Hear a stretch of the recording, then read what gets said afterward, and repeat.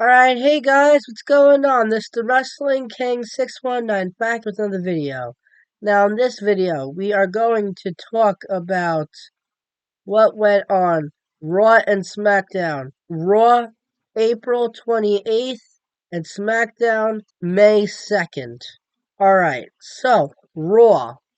Raw starts with Seth Rollins, Heyman, and Breaker come out to the ring, followed by Sami Zayn, and said, "What a coincidence that the future of WWE revolves around Seth Rollins being front and center of it all." He said, "It's actually not a coincidence, and it's hypocritical. You talk about the bloodline, this is no different. You have your bodyguard Braun Breaker there, which was like Solo for Roman Reigns. Your enforcer, you have your wise man. No, he needs a couple of lackeys, basically, it was what he was saying. He said, "This is the vision of the future of WWE, and you're either with us or against us. It doesn't matter if I hate you like Roman or Punk, or if I love you like I do. You stand in our way, you become a target." Seth said, "For your own good, I think you should be switched to SmackDown." Seth said, "So think about it, but we are going to give you to the end of the night." Now it's Roxanne Perez versus Rhea Ripley. And during the match, Julia came out. She beat up Rhea, which called for disqualification. But just like last week, when Rhea came to Io's rescue, now it's time for Io's turn. Io returned the favor. Logan Paul came to the ring and wants to face Jey Uso for the world title. Jey Uso came out and said, "What makes you think that after 15 years of me trying to win this, that I'm just going to give it to some punk-ass YouTuber? I watched Gunther beat my twin to a bloody pulp, and this title is earned. Yeet." Logan said, "You sound so stupid. I did more in 4 years and you've done it in 15. And you're gonna do what you always do, crash and burn. And you're gonna hold that title shorter than you held the Intercontinental title, but got a super kick for his troubles." Now it's JD and Balor with Carlito in their corner versus War Raiders, and New Day are on commentary. And Ivar beat up the New Day. Carlito throws an apple in the ring to get the ref's attention, but little does he know, Penta was right there, and it's karma, because just like last week, now Penta pushed JD off the ropes to help the War Raiders win. Then Becky Lynch is in the ring and confesses that she took out Bayley so that she can be Lyra Valkyria's tag partner at Mania to win the titles. She said, "But I'm not the bad guy here. See, he's attacked me since 2019, and she not once apologized to me." Becky was leaving, and Lyra came out and said, "Where are you going? They want to see a fight. And I beat you last time for the NXT Women's Championship." Becky said, "I only fight when it's convenient for me, and right now it doesn't." She said, "How about Backlash? I put the title on the line too. That's the only way I know that you'll say yes to a match." She said, "I don't want to be the next Becky Lynch anymore because I know that I'm a better wrestler than her." And then Lyra got Becky in the ring and they started fighting, but then Becky retreated through the crowd.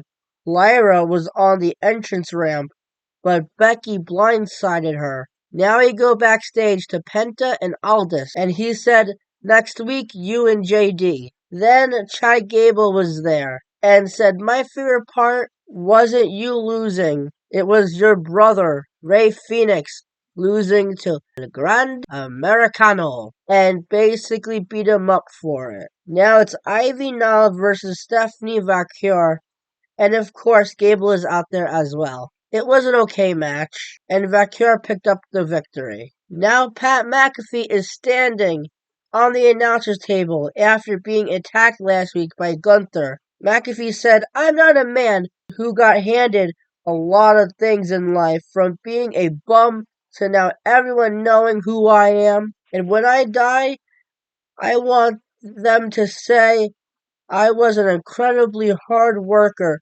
and was rambling on on what he hopes he'd be remembered by. He said, "The person who's been by my side since day one is Michael Cole, right here.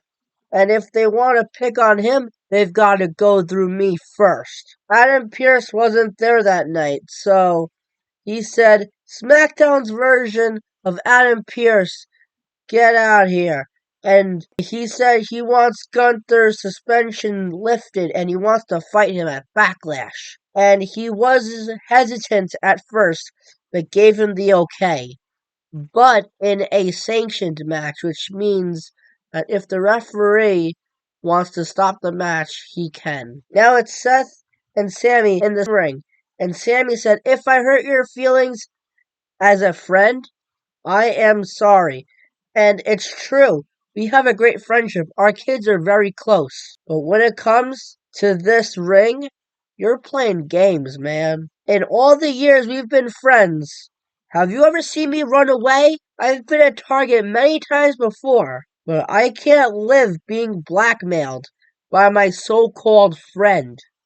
I will not be threatened. I will. Mark my words, I will become champion one day. And when I do, it won't be from any favors. As a friend, I respect you, but go to hell. Then Breaker came out, and Sammy and Breaker are having a match.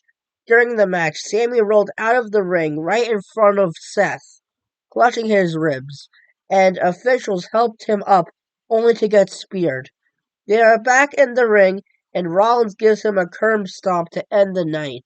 Alright, that's how Raw ended on April 29th. This is how SmackDown happened. SmackDown starts with LA Knight, yeah, and Priest in the ring. And Knight said, "I get that you want to take out McIntyre, but you picked my time because I was going to be the number one contender for the United States title." Priest. Priest said, "You would have lost anyway. McIntyre was about to give you Claymore kick." And Knight said, "I think you're living in the past at Mania. Just because you lost doesn't mean I was." Priest said, "All this happened because you lost the title at Mania." And Knight said, "That's why I was fighting to be number one contender." Priest said, "Your head was up your ass at Mania." And Knight said, "We ain't got a problem. Let's keep it that way." Priest said, "Our match is later, but why should we wait?" Which means that they actually had the match right then and there. During the match, Solo came out and beat up both of them, which called for disqualification. Priest was about to put Solo through the announcer's table, but then Fatu beat both of them up.